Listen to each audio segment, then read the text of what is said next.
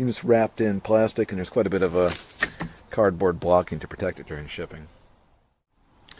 Okay, here's what we got out of the box. We have the compressor, of course. It came with some compressor oil, which is nice. That last Northern Tool air compressor I bought, which is actually a relabeled Puma, didn't come with any, so I had to chase some of that down, which was a bit of a pain. An air filter, the oil cap, and of course an instruction manual. Okay, let's take a little bit closer look at this thing. Okay, looking at the left side, of course they have a nice warning label here. Fill this baby up with oil before starting it. This is just a temporary cap. This will go in there eventually. And down below here is an oil sight glass. You can see how much oil's in there. And then the little drain valve to drain the oil when it's time. This was a real nice drain valve, not those cheap little petcocks that come in some of the cheaper ones. And it has rubber feet all the way around, which would be nice probably for noise and vibration dampening, and also not to scratch your wood floors if you're using it in the house. Here's the pressure gauge for how much pressure is in the tank. Of course, they have a quick release. The regulator valve. And then up top, there's a meter to see what your regulator pressure is set to.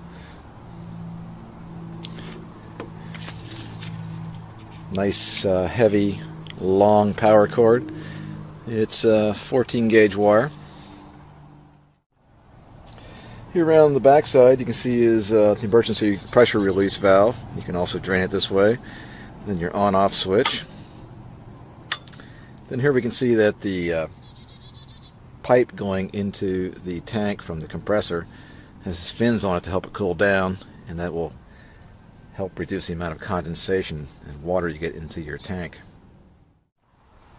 Also, you can see here has a nice carry handle built into it, a nice solid rubber handle with finger notches, and I picked it up and it seems to be very well balanced. Also, here is just a little shipping plug, and we'll just pop this guy out of here and put the air filter in. Probably going to get some Teflon tape to put on there just to make sure we have a good seal.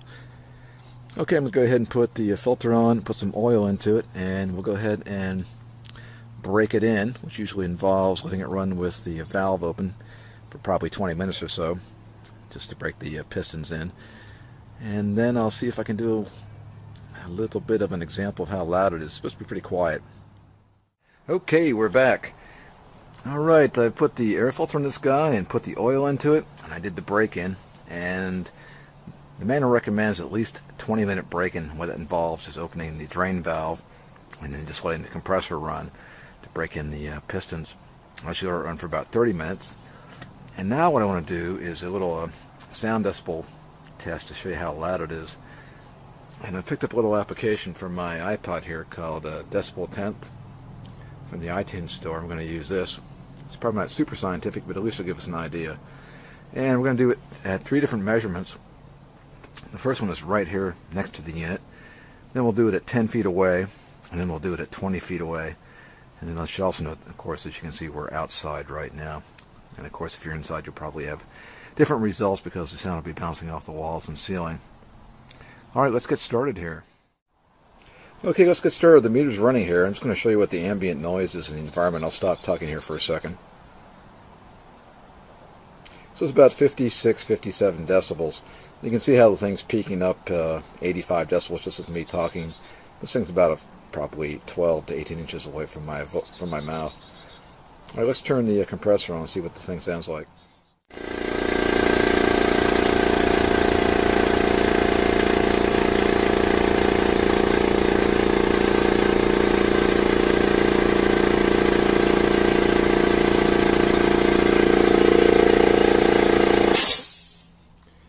Okay, so the meter's probably 2 feet away from the compressor, and you can see we had a peak of about 90 decibels.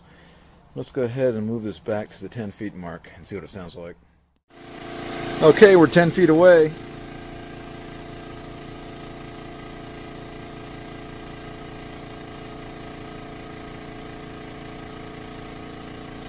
You can see we're about 82 decibels at 10 feet. Okay, here we are at 20 feet.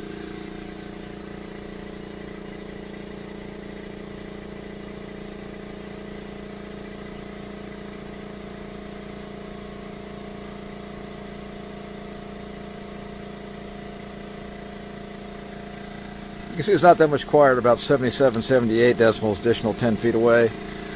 I can just tell you, I know it's hard to tell on the YouTube, but aesthetically it's really not very loud. And it's not a high trebly sound, it's more of a baritone, bassy sound. I should also note that that thing filled up pretty quickly, so I had to go drain it down to zero between the 10 feet and the 20 foot mark test. Okay, I'll do one last thing for you. I'm going to use my stopwatch here, and we're starting with zero pressure in the tank just to show you how long it takes to go from zero to the what the current preset is, which I think is 120 psi. And we'll get started here.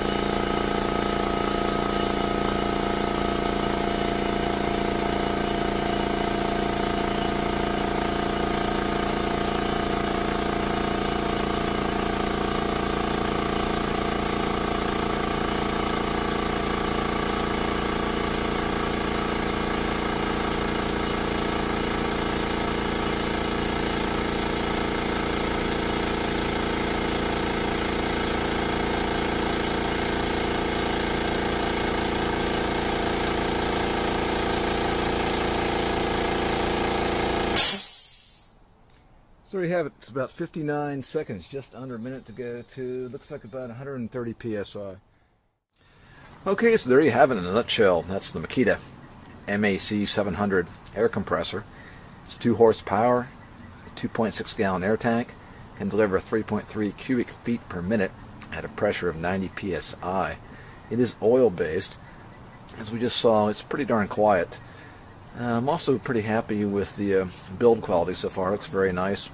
Has a good paint job on it, and I'm hoping it has the typical Makita quality. It's going to stand up for quite a few years of heavy use. As I know, that last piece of junk I used it maybe less than a dozen times and it just went kaput, so trying to get some quality tools here are going to last. Obviously I haven't used this thing in a real environment yet. I'll be doing that in the next few weeks, putting down some flooring, and I'll give you an update just to let you know how it's performing. Just so you know, the shipping weight was listed at 60 pounds. It does feel pretty sturdy, pretty heavy. I don't have anything to weigh that to be exact, but I guess it's probably a pretty accurate number. Also, the cost was right around $200 on Amazon. Nobody had it locally. That includes Lowe's or Home Depot, so I really didn't have much choice but to go to Amazon. And of course, starting with 2015, Amazon now charges sales tax in the state of Maryland, so I had $12 for the governor. Alright, there you go. Get yourself a quality unit when you buy something in the future. Try this Makita MAC700. See you guys next time.